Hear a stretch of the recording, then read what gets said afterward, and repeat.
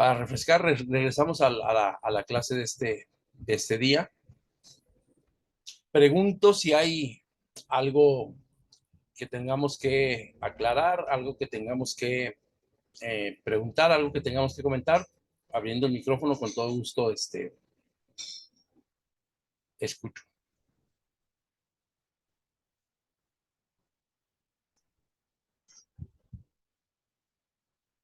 Bien, pues nos habíamos quedado en, en que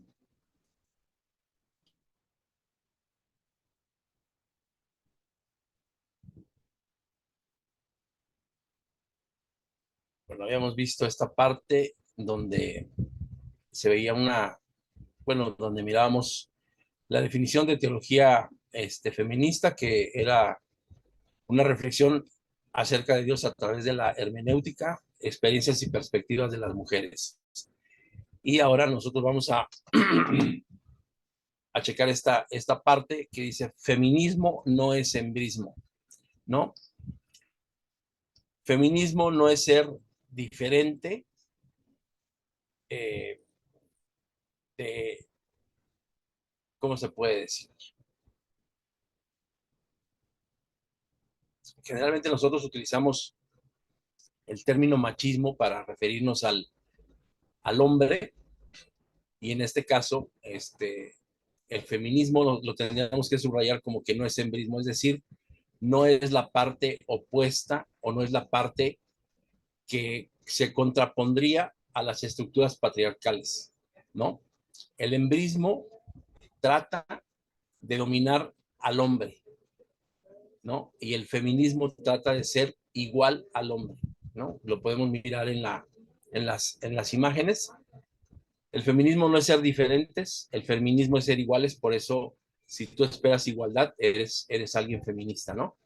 Si nosotros nos dedicamos a hablar en términos de embrismo y de machismo, pues bueno, estamos hablando en términos medios del reino animal, así medios animalescos, ¿no? En donde el macho, el macho de alguna manada, de alguna especie, trata de dominar a la hembra, ¿no? Y en donde si hablamos de embrismo, entonces la hembra también trata de hacer este dominio sobre el macho, ¿no? Entonces aquí podemos darnos cuenta que el machismo no es lo opuesto al feminismo, ¿no? Y que, permítanme un momento.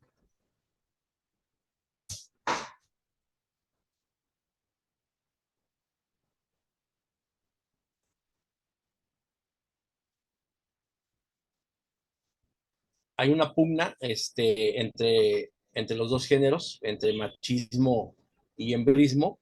Si nosotros hacemos una preferencia por el patriarcal, por lo patriarcal, entonces estamos y seguimos hablando de machismo, ¿no? De esos términos medios animalescos que no contribuyen y que no apoyan en nada al cristianismo, es decir, o a la creencia que nosotros tenemos o manejamos, ¿no? ¿Por qué? Pues porque el patriarcado es un sistema estructurante, construido y que construye, que ordena, que legisla, pero todo esto en desmedro de las mujeres, es decir, las desvalora, las opaca, las minimiza. Entonces, en ese sentido, si nosotros estamos persiguiendo y estamos continuando con esta forma de ser o con esta forma estructural de ser del patriarcado, estamos actuando de forma machista, ¿no? Más que de forma humanista, no estamos actuando incluso ni de forma cristiana ni eclesial, ¿no? Y las mujeres, por lo tanto, no han de pensar, es decir, que no sé si en todos lados aplique esto, pero eh, las que hablan de esta cuestión de, la, de la libertad del género, estas feministas del pañuelo verde, son más hembristas que feministas, ¿no? El embrismo alude a una actitud de desprecio, de dominio, de represión o de prepotencia de las mujeres respecto de los hombres. Puede funcionar como sinónimo de misandría o de desprecio hacia los hombres, ¿no? Entonces aquí tenemos dos situaciones. Una es un fenómeno social y la otra es una actitud. Es decir, el fenómeno social es el feminismo y es visto de esa manera porque fundamentalmente es producto de la historia. Tiene que ver con la lucha del género femenino por alcanzar ciertos, no ciertos, por alcanzar su verdadero valor, por alcanzar el derecho al voto, por alcanzar el derecho a la igualdad, es decir, que en la sociedad hombres y mujeres se miden de la misma manera, ¿no? Entonces su razón de ser tiene que ver con una desigualdad históricamente que ha perjudicado a las mujeres. Eso significa que el feminismo no es simplemente la propensión de una persona a pensar y a actuar de manera determinada, ¿no? El feminismo no es algo que se encuentre en los individuos, sino en los conjuntos de personas. Es decir, por eso hay mujeres que se agrupan, por eso hay mujeres que generan colectivos para, para asociarse y defender estos derechos. ¿Cómo? Pues con movimientos sociales. Y estos movimientos sociales nacen del individualismo de cada una de ellas que lucha por ser distinta, que lucha por ser visible, que lucha por tener un valor, que lucha por tener un espacio y una presencia en la sociedad, ¿no? El embrismo es, en cambio, una actitud personal. Y aquí es que nosotros nos damos cuenta que feminismo es un fenómeno social y el embrismo es una actitud individual que se deriva de un sistema cultural, ¿no? Generalmente quienes, quienes sufren del machismo, quienes sufren del grado patriarcal, quienes sufren del pater familias, quienes sufren de los patricios, de esos que ponían y disponían, que hacían y deshacían con esclavos y mujeres y niños por tener la oportunidad de mandar, ofenden, ofenden a la otredad. La otredad la explicaba un teólogo como el momento en el que Dios crea al hombre y el hombre se encuentra solo y entonces el hombre le pone nombre a todo lo que existe en el mundo, pero no encuentra algo semejante o algo igual a él. Dios lo hace caer en un sueño y de una de sus costillas forma a la mujer, ¿no? Y entonces él dice, ahora esto es carne de mi carne y hueso de mis huesos, pero nace la otra, nace el otro. Y ahora ya no eres, ya yo, ya no soy yo. Ahora ya paso a ser el tú porque ya hay un yo enfrente mío, ¿no? Generalmente nosotros no le hacemos caso y no tomamos en cuenta que hay otro. Y esto también tiene que ver con un falso egoísmo o con un egoísmo exacerbado dentro del ser humano. ¿Sí? Continuamos.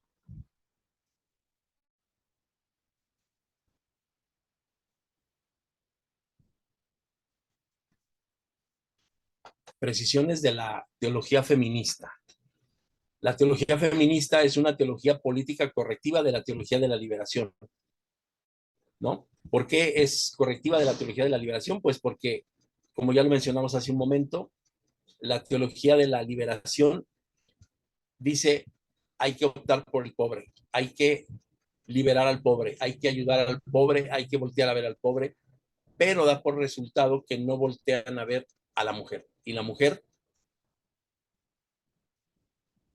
no sé si ustedes recuerden, el día de ayer mirábamos que ser pobre es un resultado, es una resultante de la sociedad en donde nos desempeñamos. Y ser pobre lo definía Mariátegui como morir joven. ¿Por qué? Porque hay menos posibilidades. ¿Por qué? Porque hay mayor enfermedad. Donde hay menos posibilidad, donde hay menos recursos, donde se vive marginado, hay enfermedades y las enfermedades se sufren y te llevan a la muerte. Entonces él definía, más allá de decir, ser pobre es tener una escasez de recursos, o ser pobre es vivir con $1 al día, o ser pobre es no, él dijo, ser pobre es morir joven. Y si se muere joven, entonces no hubo posibilidades, no hubo crecimiento, no hubo desarrollo. Y miren que este hombre definió esto de pobreza y morir joven, y él murió muy joven, él murió por ahí de los 40 años.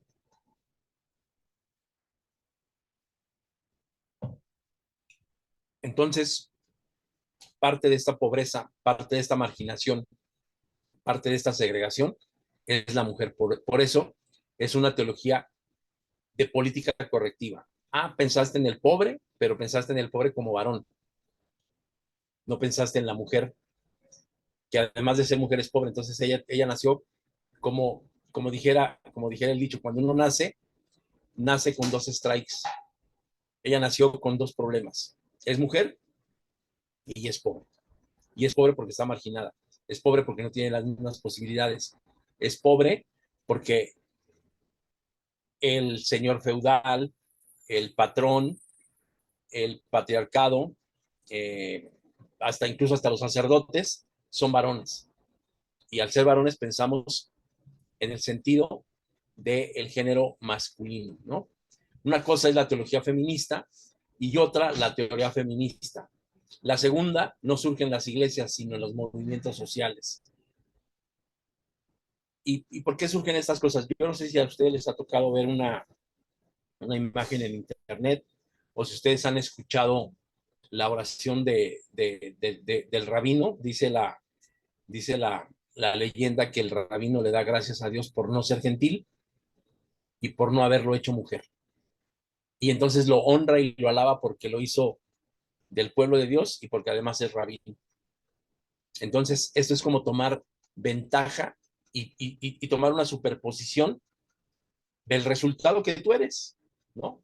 Porque en ese sentido, yo no nací optando por ser mexicano, yo no nací optando por ser varón, yo no nací optando por ser de tal o de cual religión o de tal o de cual iglesia, y en ese sentido, hoy se ve como una desventaja el haber nacido hombre o haber nacido siendo mujer, ¿no? En esta imagen que yo les comentaba de internet, hay un rabino que está sentado así como en un sillón muy bien, estira sus, estira sus pies y los tiene sobre una mujer. Pero hay un cristiano que está sentado y tiene los pies sobre el dorso de una mujer. Hay un imán, es decir, un musulmán que está sentado y tiene sus pies también encimados en el cuerpo de la mujer. La mujer está desnuda y ellos están hablando y entonces dicen, por primera vez en la vida estamos de acuerdo en algo. Somos superiores a la mujer. Y creo yo que esto, aunque sea un meme, aunque sea una caricatura muy pesada, es una realidad de lo que el varón, de lo que el ser humano como hombre a veces piensa de una mujer, ¿no? Entonces, es por esto que surge el embrismo y es por esto que surgen estas teorías feministas, ¿no? No hay un feminismo, sino teorías y teologías feministas. Y las dos son cosas distintas. Una cosa es la teología feminista, que es una corrección de la teología de la liberación que busca llevar a la mujer a los mismos niveles, al mismo valor y a las mismas oportunidades de los varones. Y otra cosa es una teoría feminista. Nosotros no somos la tierra de nadie, ese tipo de facciones que no tienen que ver con las iglesias. Las religiones monoteístas, dice, eh, las teorías son patriarcales. El colonizador nos hizo sentir vergüenza de nuestra cultura. Se impuso un estándar de belleza, de lengua y de pensamiento. No sé si tú te das cuenta, pero generalmente la moda que le imponemos al varón surge precisamente de otro. Y la moda que se le impone a la mujer surge precisamente también de un varón. ¿Para qué? Pues para darle gusto al ojo, para darle gusto al pensamiento, para darle gusto y placer a quien te acompaña. En ese sentido, nosotros tenemos colonizadas también a las mujeres en cuanto a la cultura, en cuanto a su belleza, en cuanto a su vestido, en cuanto a todas estas formas que son de parte de la mujer, ¿no? La teoría feminista es una teoría de poder. Como tal, su objetivo es la explicación del origen de la opresión, de la supresión y de la represión precisamente hacia la mujer, ¿no? Eso lo dijo Barth y Bundinger hacia 1984. El punto de partida de esta teoría es el señalamiento del dominio masculino sobre las mujeres en prácticamente todos los periodos de la historia, ¿no? Sí hemos tenido, sí hemos vivido patriarcados, sí se han vivido matriarcados, pero a final de cuentas son más importantes los primeros, es decir, el patriarcado, que los segundos, que los matriarcados, ¿no? Actualmente está como en crisis esta figura paterna, esta figura del liderazgo, y es precisamente porque hay una confusión entre teología feminista y teoría feminista. Y quién sabe si vayamos perdiendo o no, pero lo que sí sabemos y lo que sí entendemos es que estamos perdidos. Y estamos perdidos porque estamos perdiendo nosotros como varones la imagen paterna. Pero no tendríamos que pelearla, tendríamos que entender que si corregimos y que si practicamos la teología feminista, es decir, esta teoría que habla de una igualdad entre varones y mujeres, las cosas van a ser muy, muy superiores y muy distintas.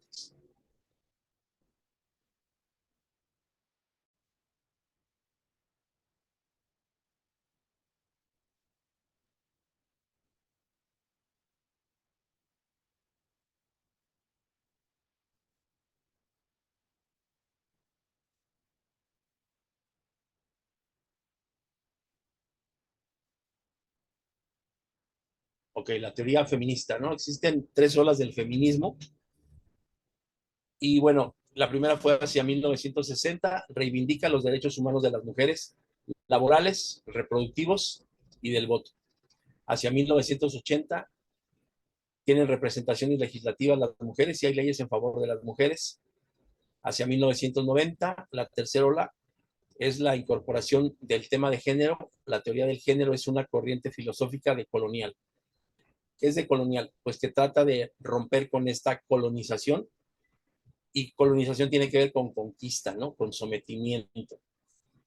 Son olas porque las olas son cíclicas, salen y regresan como en la historia. Todo movimiento tiene retrocesos y avances, entonces por eso se le llaman olas. Vienen, este, invaden, atacan y luego retroceden. A eso se le conoce como una ola, ¿no?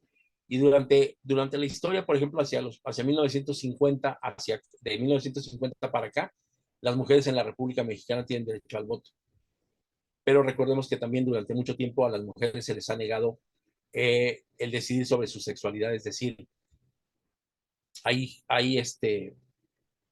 lugares como Tailandia, como la India, como el Medio Oriente, en donde a las mujeres no se les permite tener placer, no se les permite gozar y son mutiladas de sus partes femeninas, de sus partes íntimas, para que no tengan este goce, este placer.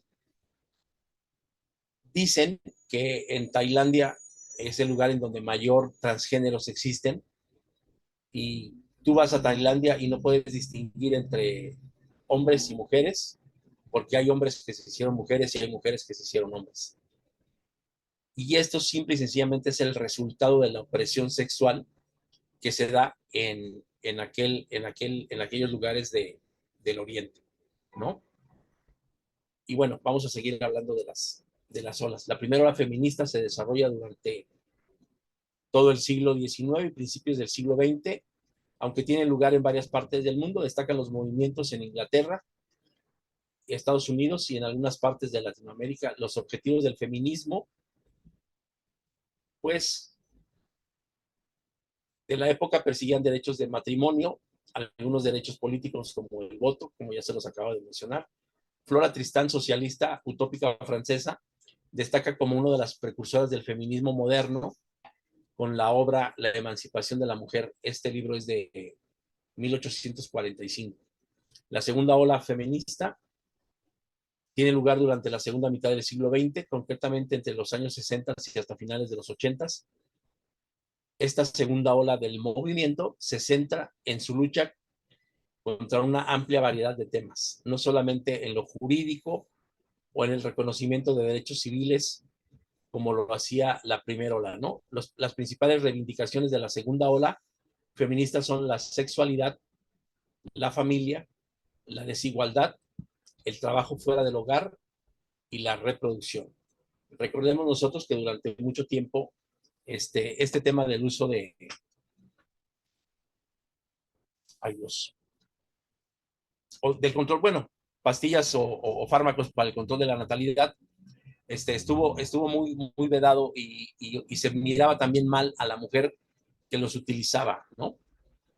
Entonces ellas en ese tiempo se dedicaron a luchar obviamente por esta, porque el varón sí podía decidir cuándo y con quién, y ellas no podían decidir también cuándo y con quién. Somos iguales, pero la medición, la etiqueta para un hombre que tiene varias mujeres es distinta para una mujer que tiene varios hombres. Desde ahí nosotros ya tenemos una desigualdad, ¿no? En la familia el más importante es el varón y generalmente la mujer no. Entonces también tenía que tomar un rol importante en la familia.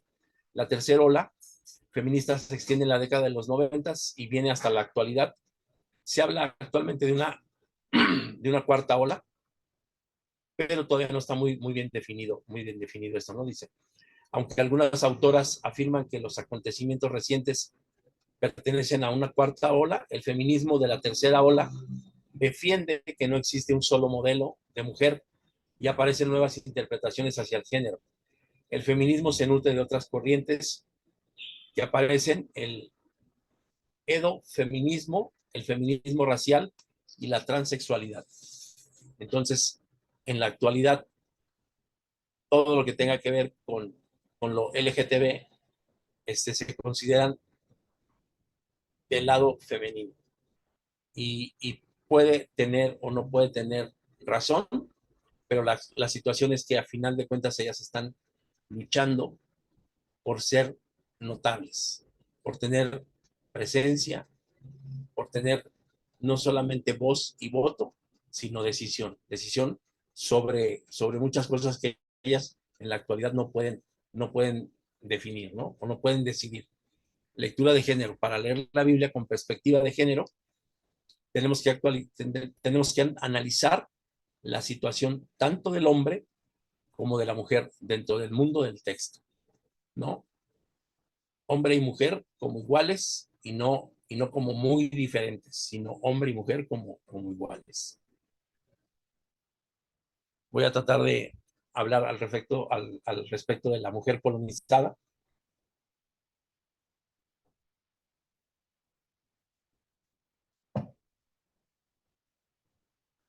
Teología feminista. De 1960 hacia 1970, la teología de la mujer excluyó al hombre de estos estudios. En 1980, la teología de género femenino es para el agrado del hombre. En 1990 y hacia el 2000, la teología feminista latinoamericana ve la liberación. La más pobre de las pobres es la mujer, porque la pobreza además es un término femenino. En el 2010, la teología feminista asiática busca liberarse de la explotación sexual, lo que mencionábamos hace un momento, ¿no? Y esta es la mujer colonizada. La mujer colonizada tiene que ver con las tres carabelas que llegaron a América para conquistarla, ¿no?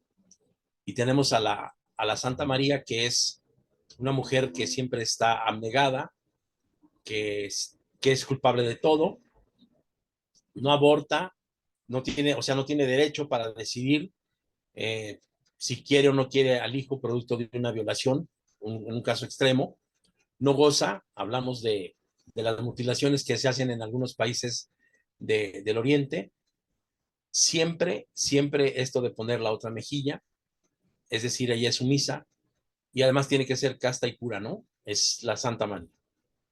La niña Las niñas no hacen eso, las niñas no juegan con carritos, las niñas no se tocan, las niñas no hablan así, y entonces esta niña también, o esta mujer, este tipo de mujer también está colonizado, ¿no? Y por último tenemos a esta, que es la pinta, y esta mujer es la que se maquilla, la que siempre tiene que estar sonriente, la que adelgaza, la que se aumenta el busto, la que se depila todas las partes del cuerpo y la que además se viste a la moda porque el varón requiere así esta situación, ¿no? La Pinta, la Niña y la Santa María fueron los barcos utilizados por Colón en su descubrimiento de las Américas, y en esta imagen pretendemos establecer una relación irónica entre la colonización de América y la colonización de los cuerpos y las vidas de las mujeres. Reflejar cómo la violencia contra las mujeres es puesta en marcha de múltiples estrategias patriarcales, que van desde el no vales, desde el no hables, desde la mujer que se ponga, que se tape, que se ponga un velo, que guarde silencio, te ves mejor callada, y pudiera parecer que el día de hoy esto no funciona, pero es una realidad. Les recomiendo que puedan ver una película en Netflix que se llama Ellas Hablan. Ellas Hablan es la vida diaria o el diario vivir de mujeres dentro de el fundamentalismo de los mormones. Está impresionante saber cómo todavía en estos días ellas tienen que guardar silencio. Y ellas hablan, es parte de esta liberación o de esta teología feminista que tiene que ver con la corrección de la teología de la liberación, ¿no? La, bueno, ya hablamos aquí, la Santa María tiene para nosotras o para nosotros un vínculo directo con la Iglesia Católica, ¿no? Este es el prototipo de mujer para la Iglesia Católica, que a partir de ellas como el sacrificio, la culpa, intenta someter a las mujeres al no disfrute de sus cuerpos, de su sexualidad. Esa iglesia que pretende colonizar, promoviendo campañas antiaborto, cuestionando la libertad de opción sexual, callando de antemano a las mujeres o callando a las mujeres que reclaman el asesinato de otras como ellas, ¿no? La niña, la niña pretende recoger aquellas formas de violencia que se ejercen contra las mujeres desde que son niñas, desde la educación que reciben, atribuyéndole unos dones, unos roles que delimitan con claridad lo deseable para ellas, lo que se debe de ser y lo que se puede ser. Y bueno, pues la Pinta finalmente refleja todos los mandatos patriarcales de belleza que recaen sobre sus mujeres, en un intento de esclavizarles y de uniformarles con un modelo así como de lo mejor posible aceptado por la sociedad. Te lo voy a platicar. Sucedió en una iglesia donde yo asistía. Había una hermana que iba a salir de vacaciones con su esposo. El esposo no era de la iglesia, pero el esposo le decía, dentro de 3 meses voy a ir a Cancún o a tal playa. Si no eres talla 3, no te llevo. Y la mujer se ponía a dieta para salir de vacaciones. Esta, esta mujer colonizada no solamente está en la calle, no solamente está eh, deambulando en la ciudad. Esta mujer colonizada camina a veces por el pasillo de la iglesia. Y es ahí donde nosotros tenemos que revalorizar el trato que le estamos dando como varones a la mujer, y la mujer revalorizarse y manifestarse como hija de Dios, como un ser humano. Porque tan complicados y tan obstruidos mentalmente en que no lo es, que ya llega a ser una realidad esto, ¿no? De que la mujer no es mujer. La mujer es un objeto, ¿no? Por esto, cuando empezábamos la clase, empezábamos dándonos cuenta de que la mujer tiene que ser, perdón, de que la mujer se dio cuenta que también es un ser humano. Entonces, tendríamos que permitir que la mujer vuelva a esta esencia que tiene, ¿no? También es ser humano.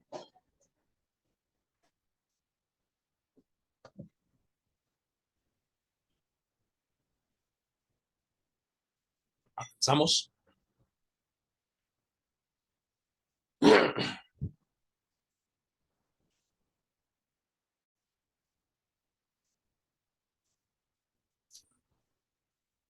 Otros tipos de teología feminista es el mujerismo o el womanismo.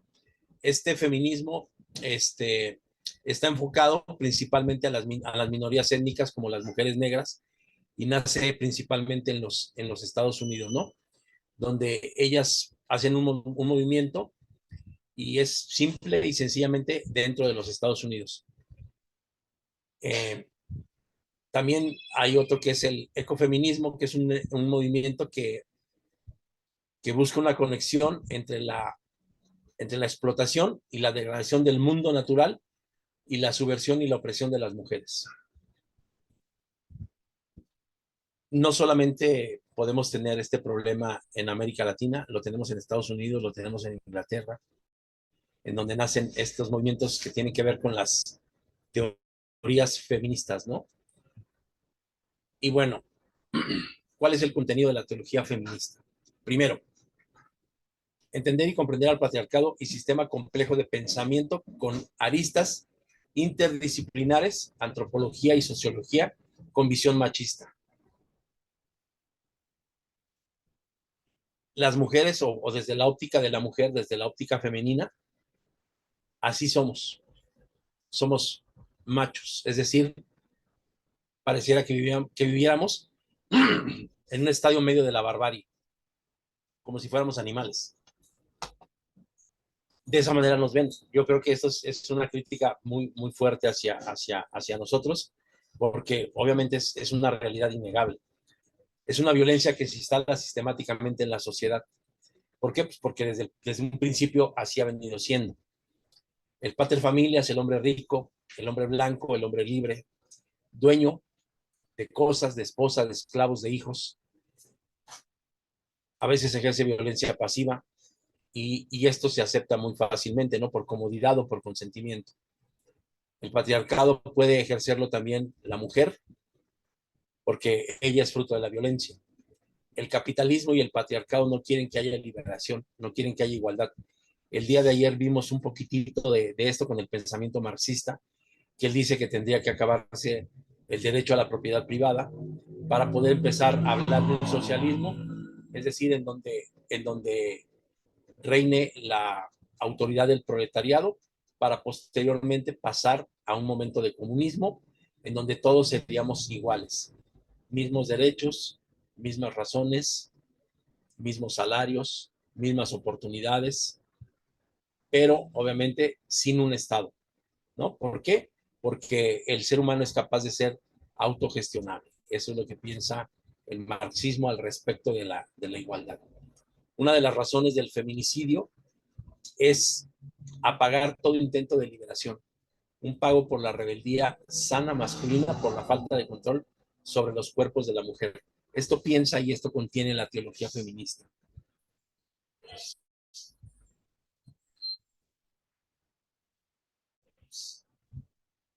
La teología feminista acontece como consecuencia del desarrollo que experimenta el movimiento de la liberación de la mujer, que siendo primero una reivindicación sentada en el ámbito público y social, termina por introducirse hacia el interior de la teología y de la iglesia. ¿Por qué? Porque la iglesia no es como lo mirábamos ayer, no es como el opio del pueblo, pero tampoco es este lugar en donde se acaricia y se solapa. La iglesia tendría que ser un lugar que tenga su fortaleza en la fe.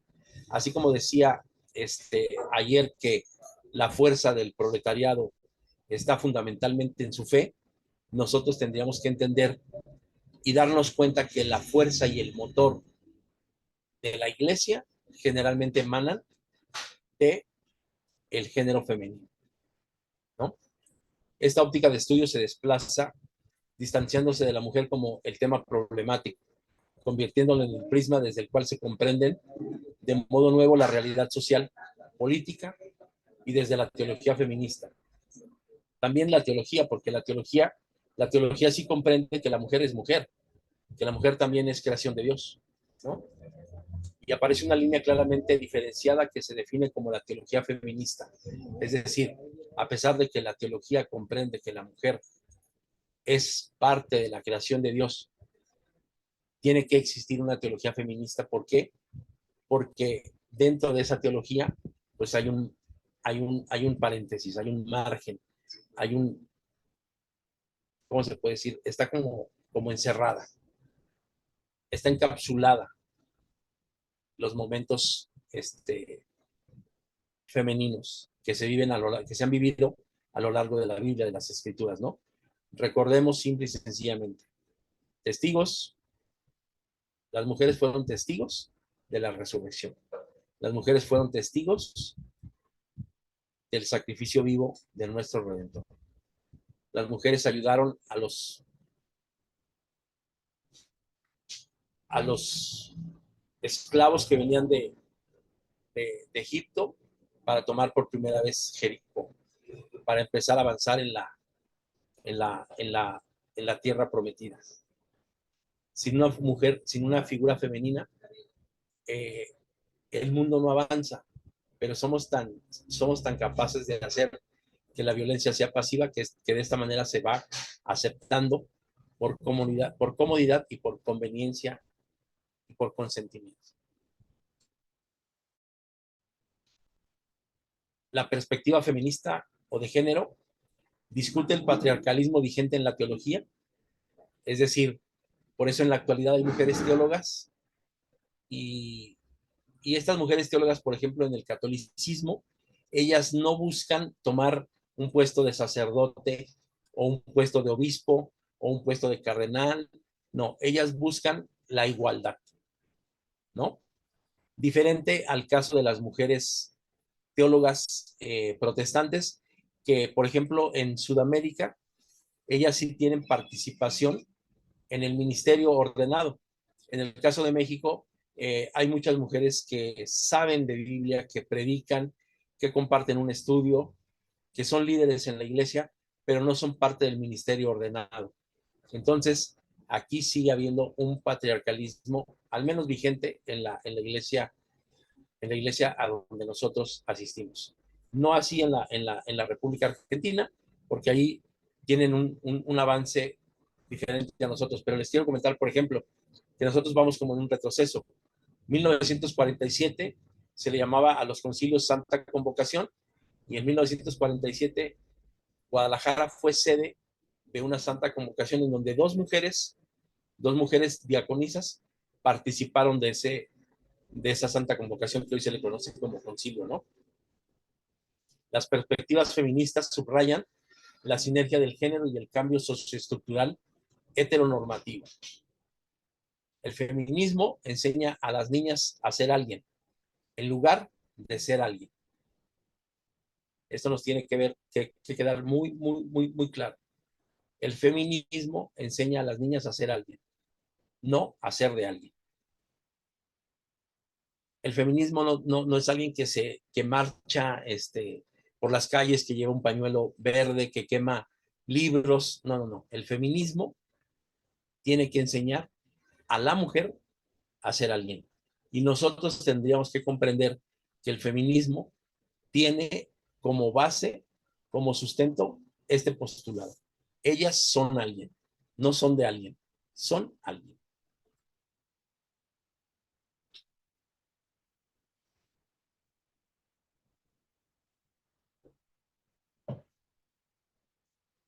Lectura patriarcal de la Biblia.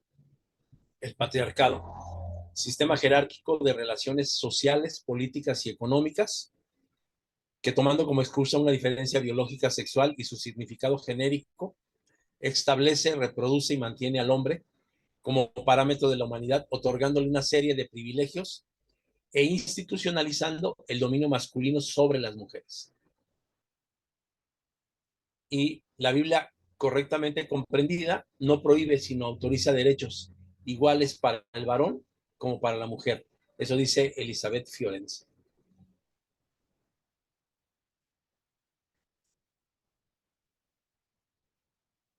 El contenido de la teología feminista, continuamos, y obviamente tiene que ver con esto, dice las 3 P's, y están en contra, ¿no? No estamos hablando de que está a favor, sino proveer, proteger y preñar es el estereotipo de la sociedad. ¿De cuál sociedad? De la sociedad patriarcal. El que paga manda, ¿no? Generalmente hablamos y decimos esto. La corporalidad diferente de la mujer, la otredad, provoca o da precaución al hombre y la somete. La mujer es diabólica, es tentadora, ¿no? Hay un dicho que conozco que dicen que la mujer es precisamente así como satánica, ¿no? Y de hecho así la pinta. Como si el varón, como si el hombre fuera, uy, pobrecito.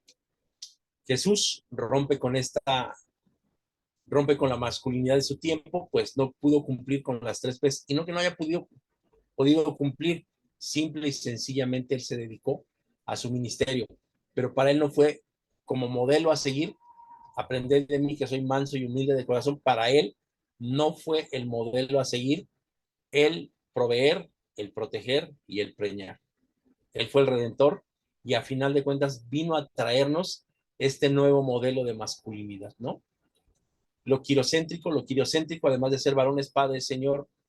Si es Dios, perdón, si Dios es hombre, el hombre es Dios, por lo tanto, tiene el señorío.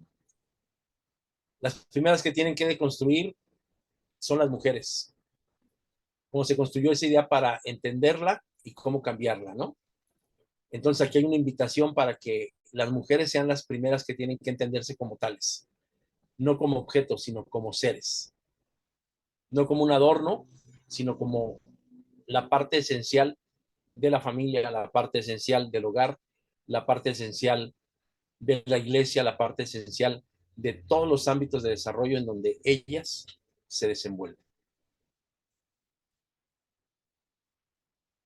El método de la teología feminista. Bueno, pues sospecha es el método de sospecha y dice, hace un análisis con sospecha en los textos donde no aparecen mujeres en eventos importantes, pero que sí aparecen en las referencias negativas. Hay una crítica hacia esto, ¿no? Este método corrige las traducciones masculinizadas, hermenéutica feminista, que es parte del método. La otra, ¿cuál es la verdadera interpretación del texto bíblico? La que responda a la realidad, y pueden ser varias. La interpretación debe ser liberadora y no espiritualizante. Busca interpretar los textos del terror contra el prejuicio del género.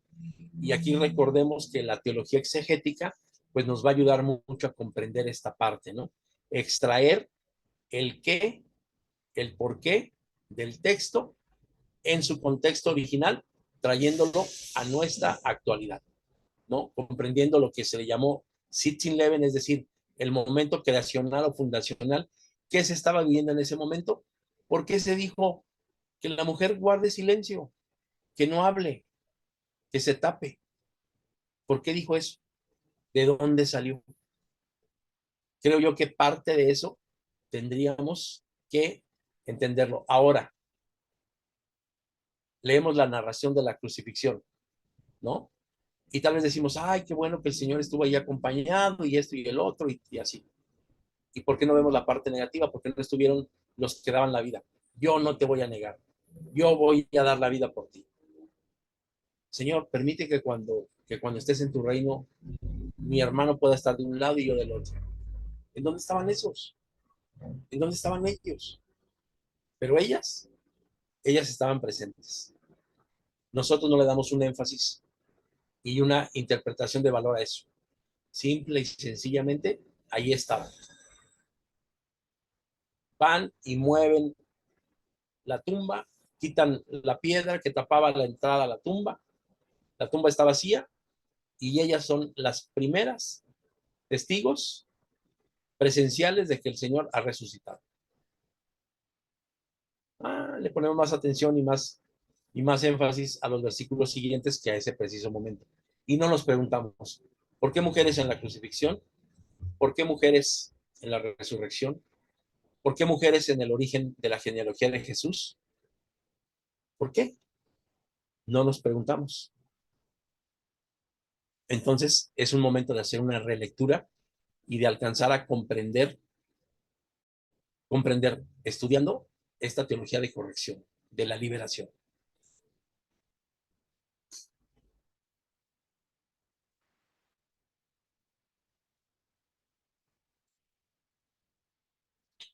Seguimos con los métodos de la teología feminista.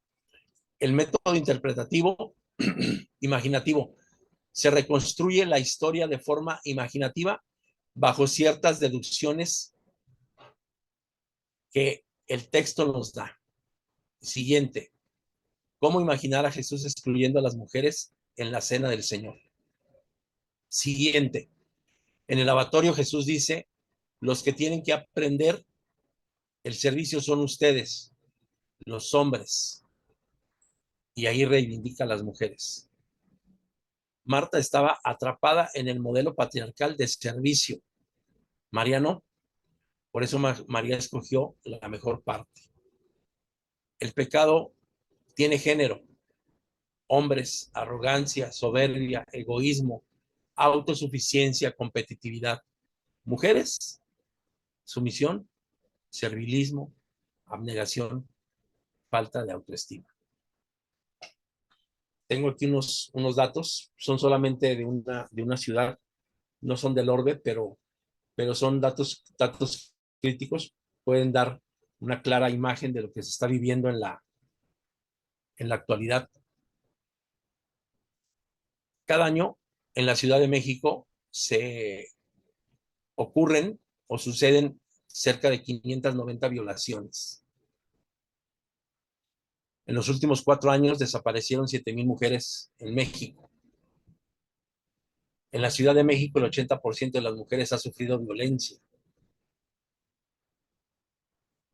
¿Qué porcentaje aproximado de mujeres ha sufrido violencia física o sexual en todo el mundo?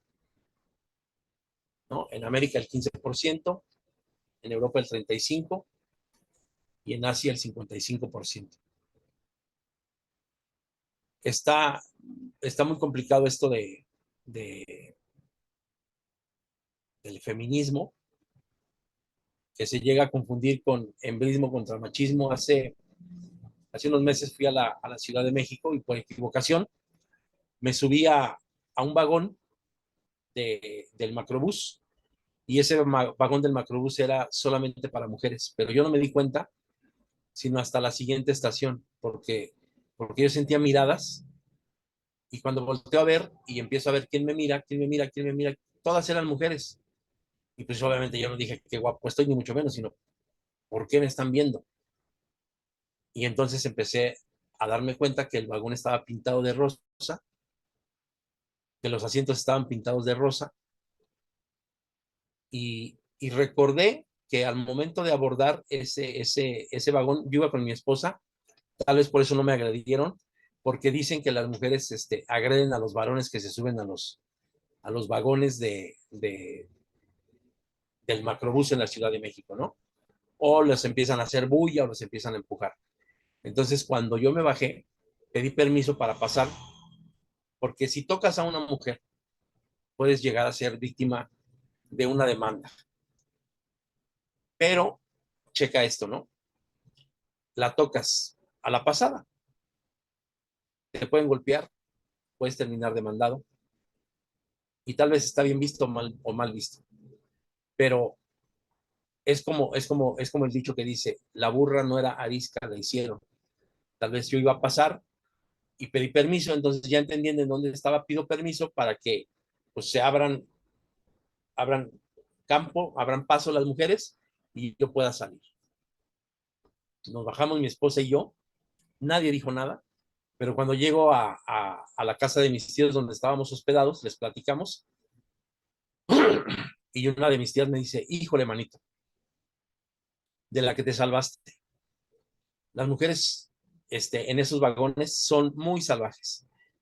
Pegan, golpean, patean, deshacen, todo. Hay mujeres que dicen que prefieren viajar en el vagón de los hombres que en el de las mujeres por la violencia que se vive. Entonces, nosotros tendríamos que participar porque la teología feminista o la teología femenina o la teología de género, como se le conoce actualmente, está mal entendida. Y por encima de la teología feminista está la teoría del feminismo, está el embrismo, están las mujeres del pañuelo verde. Yo no digo que esté bien, son derechos que tienen, pero nosotros como cristianos, como hijos de Dios, hemos de participar el evangelio para decolonizar la forma en la que actualmente está viviendo la mujer. Acciones a seguir y con esto concluimos.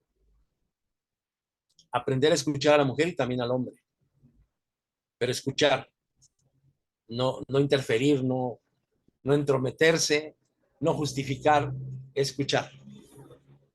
Enseñar explícitamente sobre la igualdad esencial y concreta entre mujer y varón, ¿no? Eso busca el feminismo, ser iguales, no ser diferentes. La defensa de la mujer contra la violencia, la explotación y la discriminación. Practicar un lenguaje inclusivo. La compasión como relación de genuino interés por el bienestar de los otros y que permite el desarrollo de cada uno. Y finalmente, la espiritualidad como una guía de acción personal y social. Es imprescindible renunciar a la violencia para construir el amor y la felicidad de nuestras vidas. Esto es importante. Renunciar a la violencia activa y pasiva para construir el amor y la felicidad de nuestras vidas. El diálogo sincero con las mujeres es indispensable para poder construir un nuevo mundo, un diálogo, es decir, de aquí para allá, de allá para acá. No monólogo, diálogo. En última instancia, el reino de Dios. Educar a la iglesia en torno al tema mujer-varón, fomentando la visión de Jesús. ¿Cuál es la visión de Jesús? No hay varón, no hay hembra. No hay hombre, no hay mujer. Así como no hay nacionalidades, así como no hay preferencia por algún lugar, así como fuimos nosotros incluidos en esta salvación, de esa misma manera tendríamos que empezar a fomentar el entorno entre mujer y varón. Empezando por ahí, poniendo en primer lugar, superponiendo esta posición de primero la mujer y después el varón, para empezar a ser iguales. Bueno, pues hasta aquí llegamos y si hay alguna pregunta, si hay alguna reflexión, algún comentario, te abriendo el micrófono y adelante. Si no, pues vamos a orar para despedirnos, que el Señor siga siendo con nosotros en este día. Excelentísimo Señor, buen Padre Celestial, alabamos y bendecimos tu nombre y te damos gracias porque hasta este momento tú eres bueno con nosotros, Señor. Te damos gracias, Padre Celestial, porque hoy pudimos comprender y pudimos regresar, Señor, a esta visión bíblica, espiritual que tú nos has compartido y que nos has legado, Señor, de que hombre y mujer y hombre, somos iguales, Señor. No hay alguien más importante, no hay alguien primario en tu preferencia. Nos amas por igual, diste tu vida por igual y te estamos agradecidos, Señor. Gracias por estos momentos de estudio y permite que tu luz siga brillando en nuestras vidas. Te pedimos esto en el precioso nombre del Hijo de tu amor, Cristo Jesús, a quien daremos honra y gloria por una eternidad. Amén.